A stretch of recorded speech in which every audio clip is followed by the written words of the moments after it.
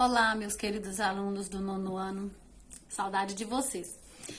Como na última aula, né, que eu marquei com vocês pelo Meet, quase ninguém entrou, eu resolvi gravar esse vídeo e repetir a aula por vídeo para aqueles que não, né, que não tenham participado, possam ouvir um pouquinho sobre o que vai, a matéria que vai ser utilizada no PET 5, tá? Que são as figuras de linguagem. Eu já trabalhei muito figuras de linguagem com vocês, então eu acho que vocês não vão ter muita dificuldade não. Mas eu tô fazendo uma revisão, porque muita gente não conseguiu assistir a aula.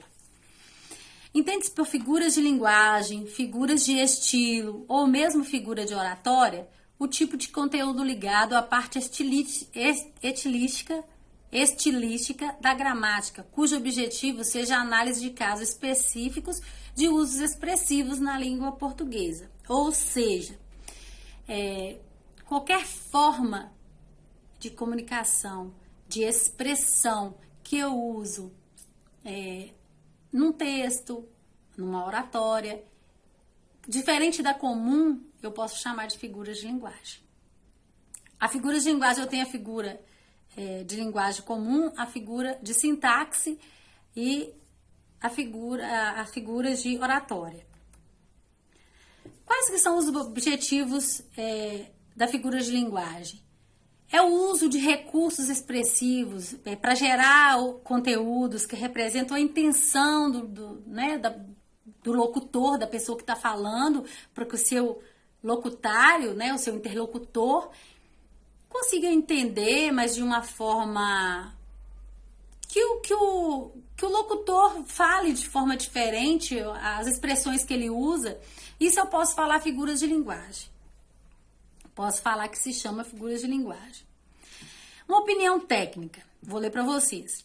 Segundo Mauro Ferreira, um dos principais linguistas brasileiros, a importância em reconhecer figuras de linguagem está no fato de que tal conhecimento, além de auxiliar a compreender melhor os textos literários, deixa-nos mais sensíveis à beleza da linguagem e ao significado simbólico das palavras e dos textos. Vou dar um exemplo simples aqui. Quando eu falo assim com vocês, levei séculos para atravessar uma avenida. Eu usei uma figura de linguagem aí, né? Quem é que leva séculos para atravessar uma avenida? Então, eu usei uma figura de linguagem para me expressar, para enfeitar aquilo que eu estou falando, né? De uma forma diferente. Eu usei uma figura de linguagem que se chama hipérbole, né? E nós vamos falar sobre elas mais para frente. Então, eu tenho a tipologia das figuras. A primeira é de sintaxe, depois as figuras de palavra, figuras de som, que são as onomatopeias, né? As figuras de pensamento. Aí, primeiro, nós vamos falar um pouquinho da figura de sintaxe. As figuras de sintaxe, gente, elas são mais ligadas à parte gramatical, né, da língua. Aí eu tenho aí, assindeto. Ocorre quando as orações ou palavras que deveriam vir ligadas por conjunções coordenativas aparecem justapostas ou separadas por vírgula. Então, assindetos aquelas orações que, ao invés de estar interligadas, elas vêm separadas só por vírgulas, né? Vou dar um exemplo para vocês. Clara passeava no jardim com as crianças. Pausa. O céu estava verde sob o gramado. A água era dourada sob as pontes. Outros elementos eram azuis, rosas, alaranjados. Eu posso chamar de assindeto quando ao invés de usar as conjunções para interligar as orações, eu uso vírgula. Eu uso as orações, elas vão aparecer justaspostas, né, ou separadas por vírgula. Eu vou usar as conjunções sim, mas elas vão estar justapostas, né, ou separadas por vírgulas. Eu tenho a elipse. É quando eu vou omitir um termo, né? Mas facilmente eu vou poder entender que termo é esse. Mesmo sem ele aparecer na oração, eu vou saber que esse termo tá lá. Olha o exemplo. Veio sem pinturas, em vestido leve, sandálias coloridas. coloridas. No mar, tanta tormenta e tanto dano. Quem que a gente acha que poderia estar aqui? Quem que veio sem pinturas, em vestido leve e sandálias coloridas? Uma mulher, né? Não falou da mulher, não mostrou ela ali, ó. Veio sem pinturas, em vestido leve. Mas aí subentende-se que esse termo que está em elipse é o pronome ela, ou a mulher. Então, elipse é quando nós omitimos um texto, nós escondemos esse texto na oração, esse termo na oração, mas nós conseguimos identificar que termo é esse. Zeugma ocorre quando um termo já expresso na frase é suprimido, ficando subentendido sua repetição. É quando eu pego numa oração, para não repetir o termo, eu suprimo ele, mas eu consigo entender que ele está ali repetido. Olha o exemplo. Vieira vivia para fora, para a cidade, para a corte e para o mundo. Bernardes para a cela, para si e para o coração. Para eu não repetir Vieira, né? Senão ficaria assim, ó. Vieira vivia para fora. Vieira vivia para a cidade. Vieira vivia para a corte. Vieira vivia para o mundo. Então, para não repetir, eu uso a figura zeugma, eu suprimo, né, na segunda oração. Eu tenho polissíndeto, ocorre quando há repetição enfática de uma conjunção, principalmente, a maioria das vezes, a conjunção e, tá? Vou ler um exemplo aqui para vocês também. Vão chegando as burguesinhas pobres e as criadas das burguesinhas ricas e as mulheres do povo e as lavadeiras da redondeza. Viu como que repetiu o e? Então, quando eu tenho essa repetição de uma conjunção coordenativa, eu chamo de polissíndeto. Eu tenho uma anáfora, né? Quando ocorre uma repetição intencional, quer dizer, para a pessoa perceber que está tendo a repetição mesmo, né? Olha o exemplo. Eu quase não saio, eu quase não tenho amigo, eu quase não consigo ficar na cidade sem viver contrariado. Então, eu uso uma repetição intencional para enfatizar mesmo, né? Que aquela pessoa quase não faz nada. Então, a anáfora é quando eu tenho uma repetição para enfatizar. Pleonasmo, gente, uma repetição, igual vocês estão acostumados, né? Esse pleonasmo é o que mais acontece. É um recurso estilístico que enriquece a expressão, dando ênfase à mensagem. Mas olha aqui, subir para cima, descer para baixo, sair para fora, né? Eu vou dar um outro exemplo aqui. Iam 20 anos desde aquele dia, quando com os olhos que eu quis ver de perto, quanto uma visão com os da saudade eu via. Olha para vocês verem que vão se contradizer. Outro exemplo que eu vou ler para vocês. Pela cruz, a morte é vida. A derrota é triunfo. O tumulto é glória. Amor é fogo que arde sem se ver. É ferida que dói e não se sente. O paradoxo é quando eu pego ideias que se contradizem, mas que acabam se aproximando. O amor é fogo que arde sem se ver? É ferida que dói e não se sente? Então, são ideias que se contradizem, eu chamo de paradoxo. Então, tem que tomar muito cuidado para não confundir com antítese.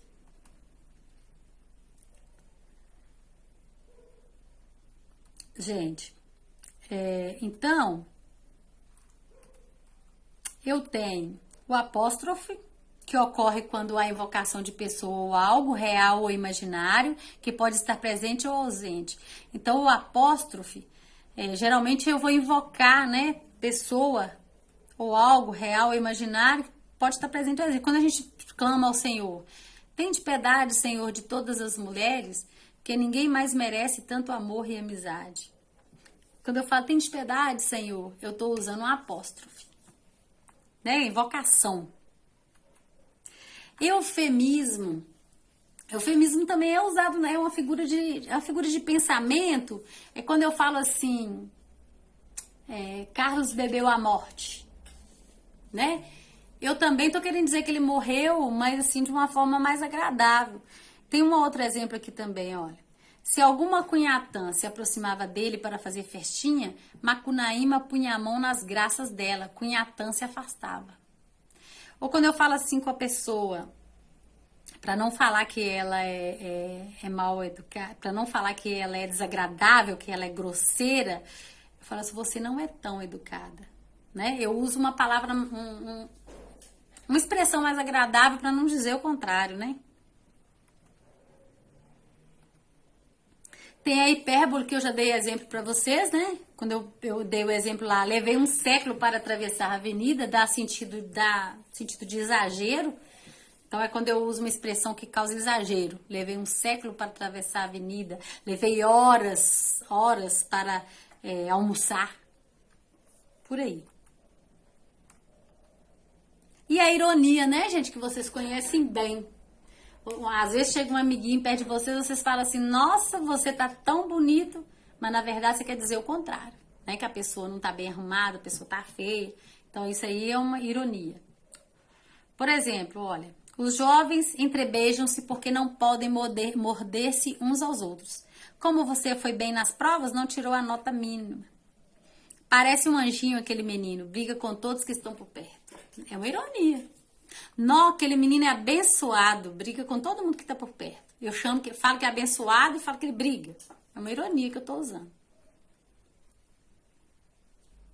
A perífrase ocorre quando se cria um torneio para expressar algum objeto, acidente geográfico, indivíduo ou situação que não se quer nomear. Então eu vou usar, expressar algum objeto, né, alguma coisa geográfica, um acidente com geográfico, indivíduo ou situação que não se quer nomear. Cidade maravilhosa, cheia de encantos mil, cidade maravilhosa, coração do meu Brasil. Eu estou usando cidade maravilhosa para indicar o Rio de Janeiro. Então a perífrase é isso, para dizer alguma coisa, o indivíduo numa situação geográfica.